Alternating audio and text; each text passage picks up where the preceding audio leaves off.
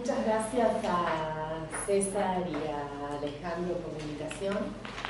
La verdad que es un placer estar acá y compartir con todos ustedes las discusiones.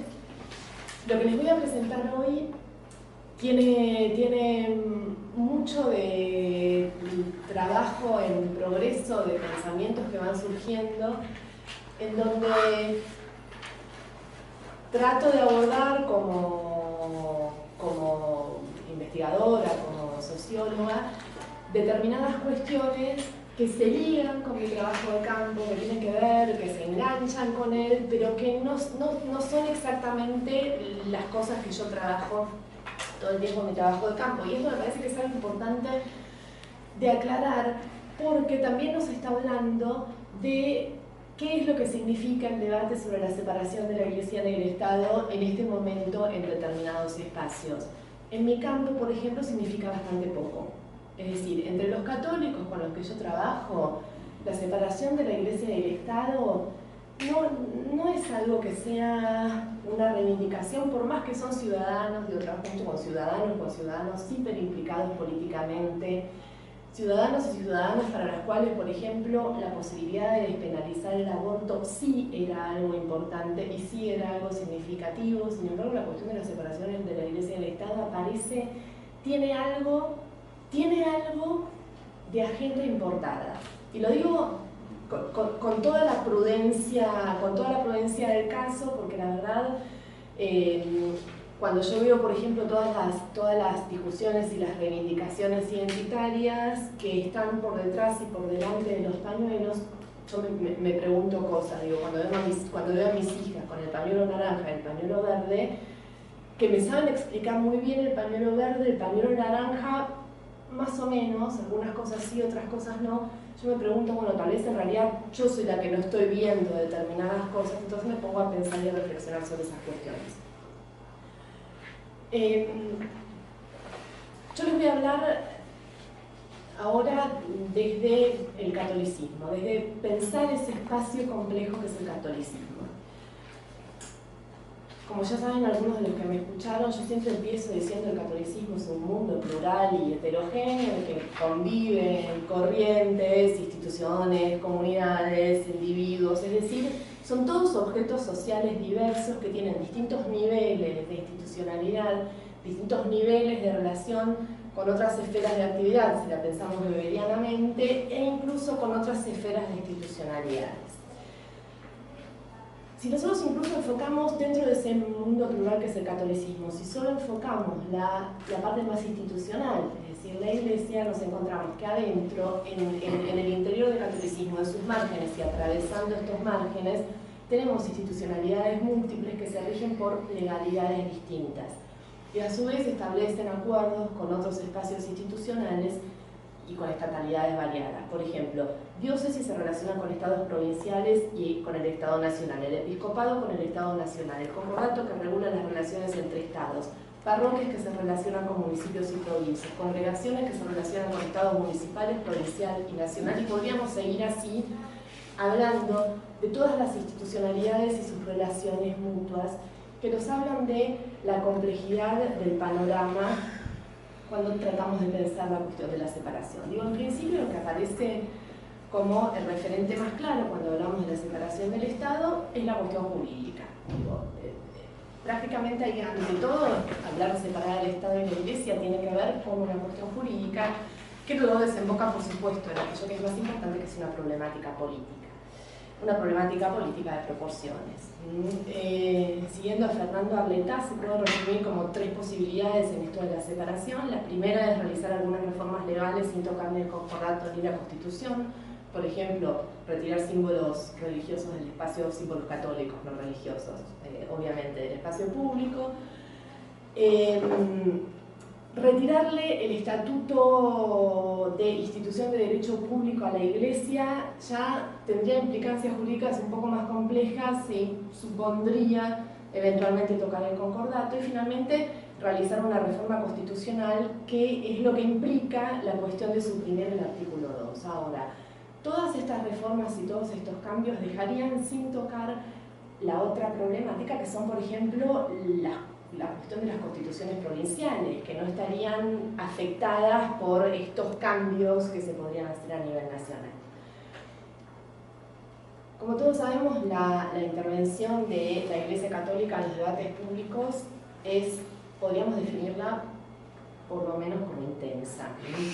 Los agentes católicos esgrimen diferentes legitimidades, desde legitimidades fundacionales, con respecto a, bueno, la Iglesia Católica es la fundadora de la patria, hasta fundamentaciones estadísticas, la mayoría de los argentinos son católicos, hasta fundamentaciones incluso de tipo de acción social o política, diciendo que en realidad la Iglesia Católica tiene que tener financiamiento y determinado estatuto privilegiado porque en este país es la que más se ocupa de la población más desfavorecida.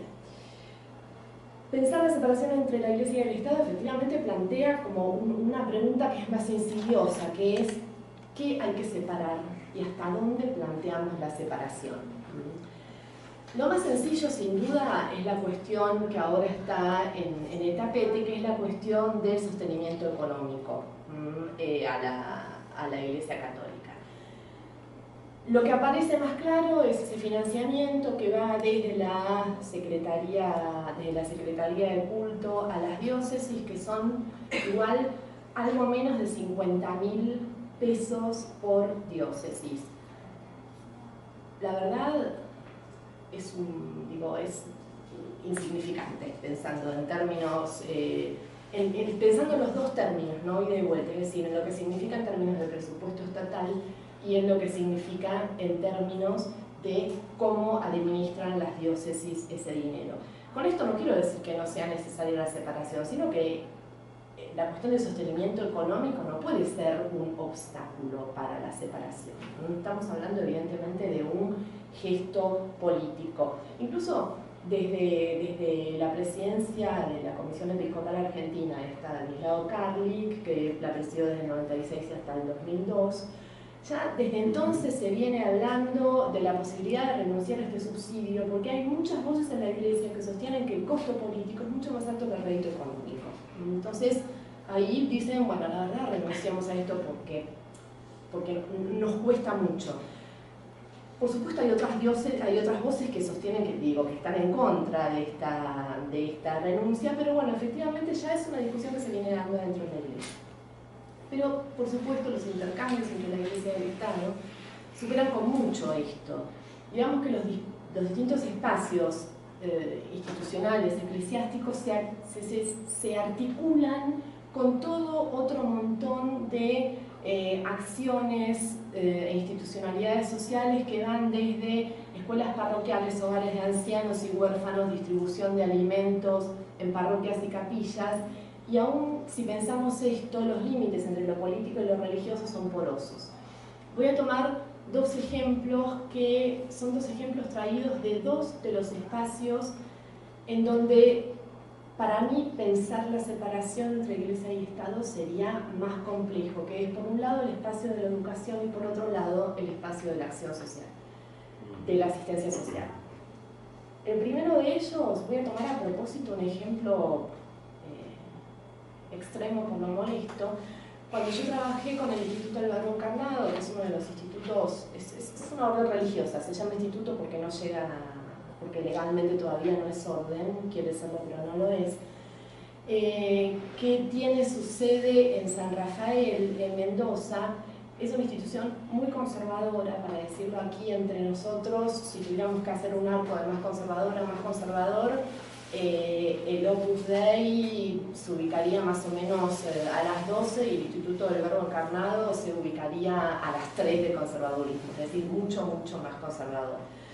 El Instituto del Verbo Encarnado tiene, entre otras cosas, en Mendoza, además de unas de los seminarios para religiosos varones y para religiosas mujeres, que más numerosos de la Argentina en total, tiene además varios hogares para varones discapacitados, para mujeres discapacitadas, para ancianos, para ancianas y para niños huérfanos.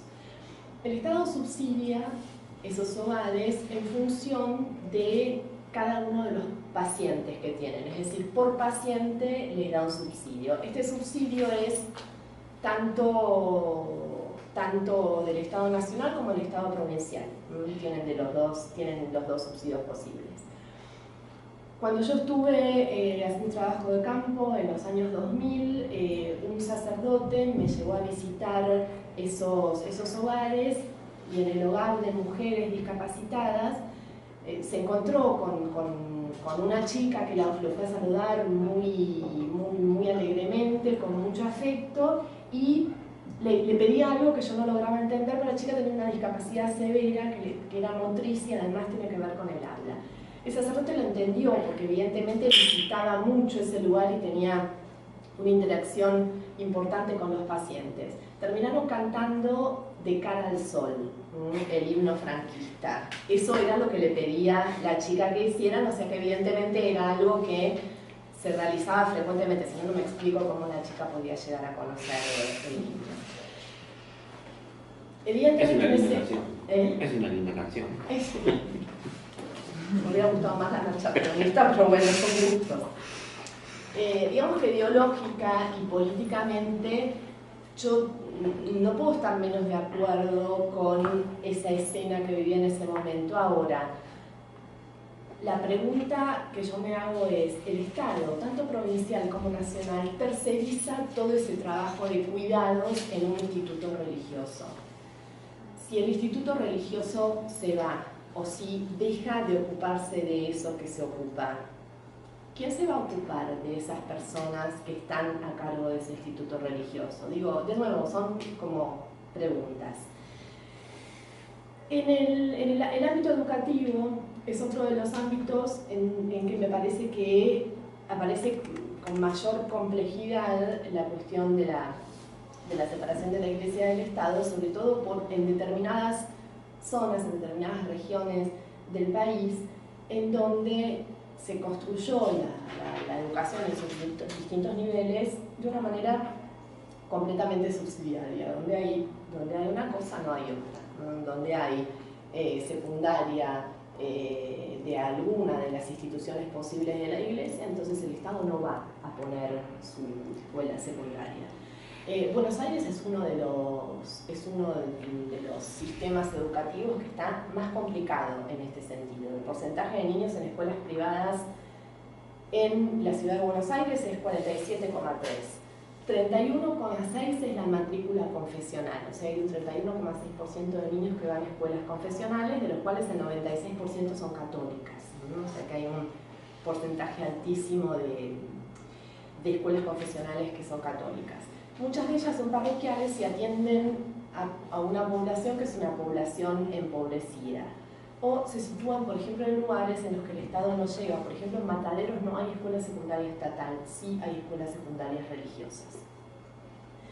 Según la tesis reciente de Sol Prieto, un alumno en una escuela pública de gestión estatal le cuesta en Buenos Aires al Estado lo mismo que le cuestan 4 alumnos de una escuela en gestión privada. O sea, al Estado le sale más barato financiar, subsidiar las escuelas privadas confesionales que crear unidades educativas nuevas.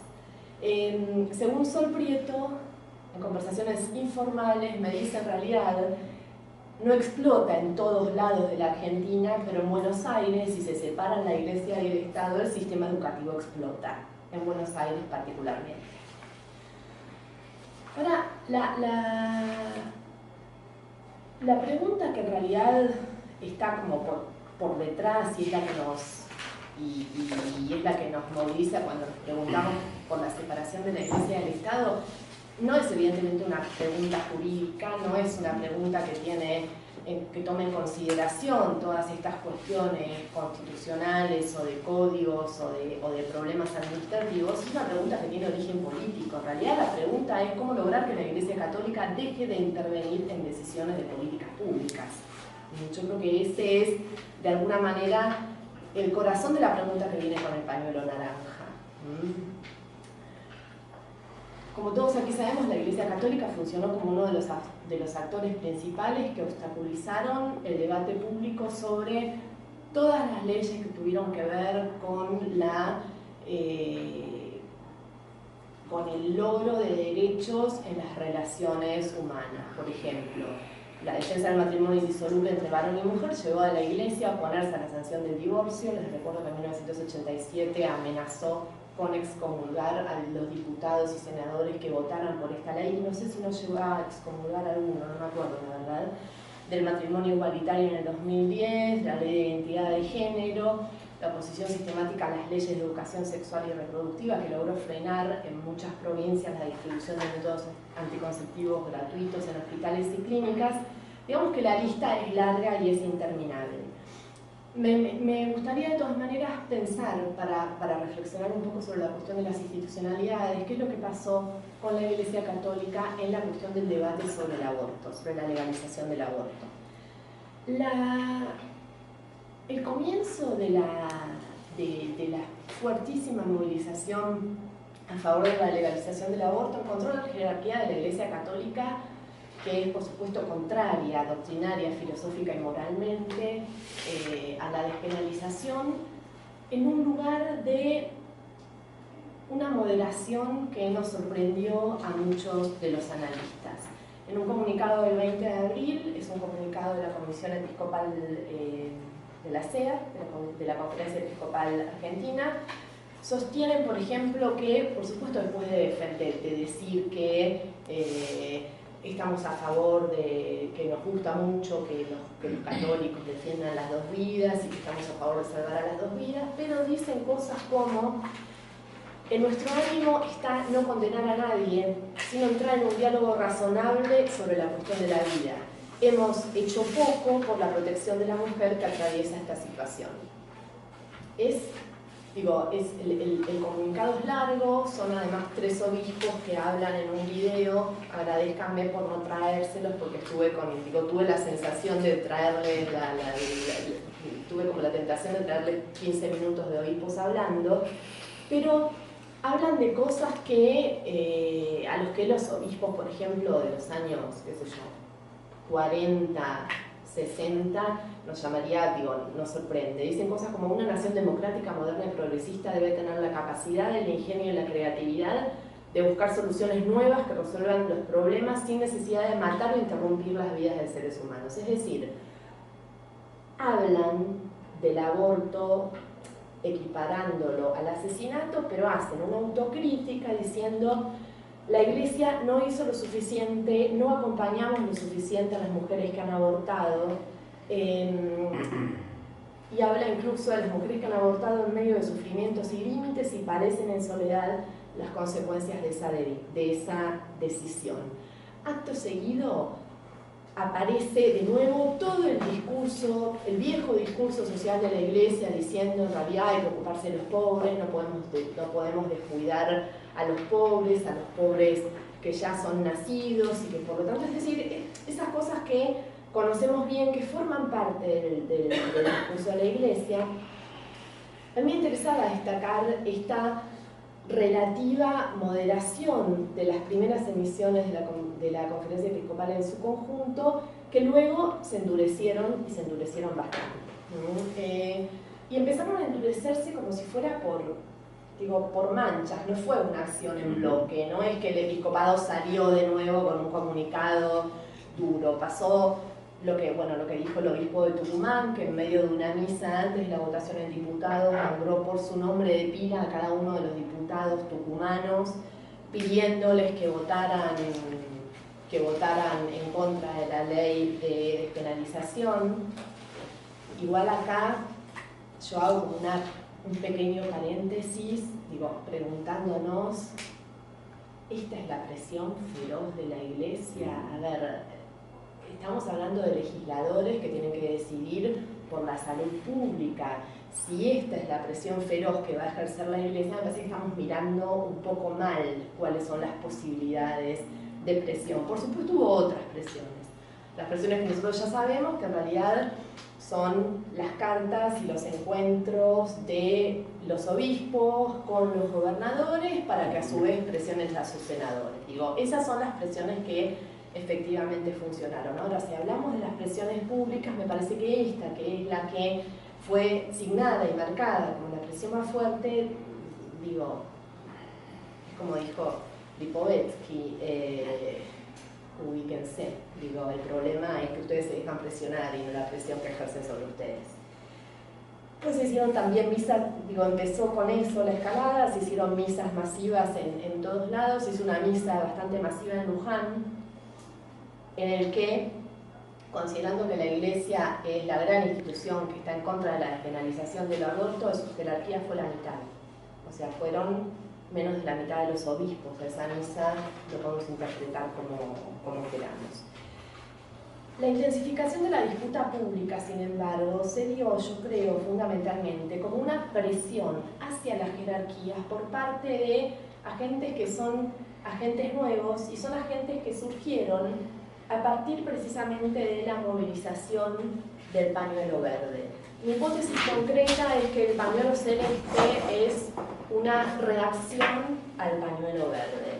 Y esto yo lo vengo viendo desde hace rato. Yo trabajé durante 2005, se trabajó de campo en Mendoza, con grupos pro vida, y esos grupos pro vida habían surgido precisamente el año anterior como una reacción a la presencia en Mendoza del Encuentro Nacional de las Mujeres. No estaban organizados antes, eran madres y padres de colegios católicos que a partir de que se sintieron invadidos por el Encuentro Nacional de las Mujeres decidieron organizarse para ver de qué manera podían poner un freno a eso que consideraban como una invasión dentro de un territorio que consideraban propio. Esto que podemos llamar minorías activas en contra de la despenalización, que son grupos que están dentro del catolicismo, pero que establecen a su vez conexiones interesantes con otros espacios creyentes. Digo, yo los encuentro dentro del catolicismo porque yo estudio el catolicismo, pero los que estudian evangélicos los encuentran entre los evangélicos. Estos grupos que se organizan bajo el lema de Salvemos las dos vidas y que hacen manifestaciones en el espacio público son a su vez muy recelados por la jerarquía, porque, por varias razones. Primero, porque son completamente autónomos, porque no se encuadran dentro de las direcciones institucionales. Digo, un ejemplo que habla solo, cuando se hizo la marcha, ¿se acuerdan la marcha del feto gigante de cartón? Cuando se hizo la marcha, se hizo en varias ciudades del país. Cuando se hizo en Buenos Aires, los organizadores de la marcha fueron a hablar con el obispo Poli para que la Iglesia sostuviera institucionalmente la manifestación. El obispo Poli le dijo, ok, pero bajen un poco el tenor de las consignas, porque nosotros no podemos sostener unas consignas tan jugadas. Le dijeron que no.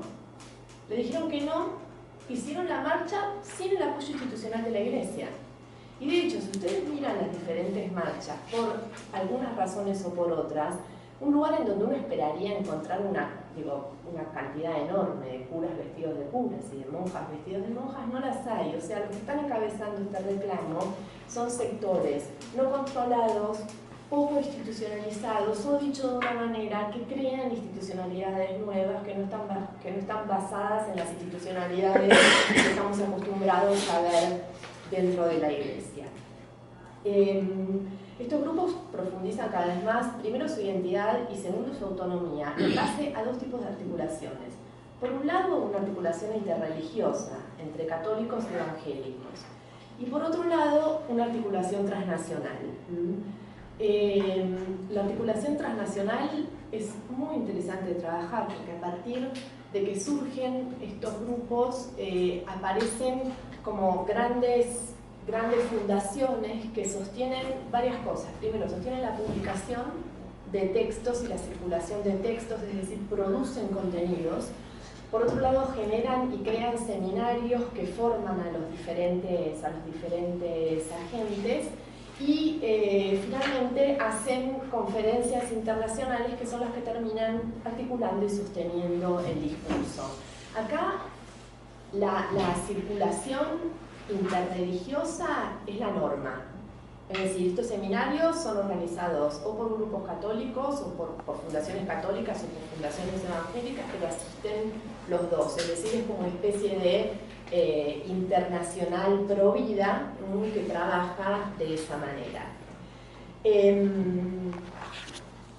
Lo que a mí me parece que, ya como para concluir, son algunas cosas, ¿no? Retomando una de las cosas que decía Roberto, me parece que en esta discusión, vos hablabas de desinformación, yo creo que también hay un riesgo que tiene que ver con, que es el riesgo como de importación de agendas, ¿no? Por ejemplo, toda la discusión sobre la apostasía, que se basa en el supuesto de que si yo apostato, entonces no va a ir más dinero a la Iglesia Católica.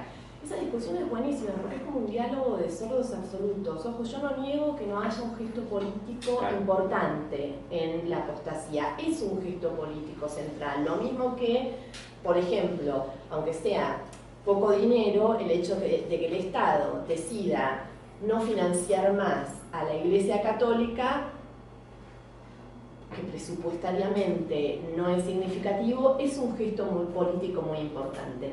Sin embargo, esta idea de que yo voy a presentar mi renuncia ante la Iglesia Católica y el bautismo no va a contar más y entonces el Estado ya no le va a dar más dinero a la Iglesia, digo, es algo que tiene que ver precisamente con el desconocimiento de cómo funcionan estas relaciones entre Estado e Iglesia históricamente en Argentina.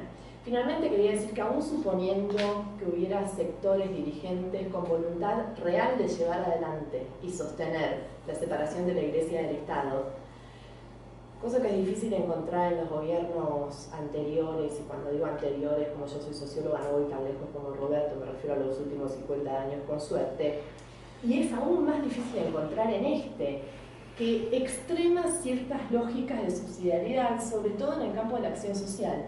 Tal vez lo que deberíamos preguntarnos no es cómo separar a la Iglesia del Estado, sino si el Estado puede separarse de la Iglesia, que me parece que esto es una pregunta que bien podemos hacernos para discutir. Muchas gracias.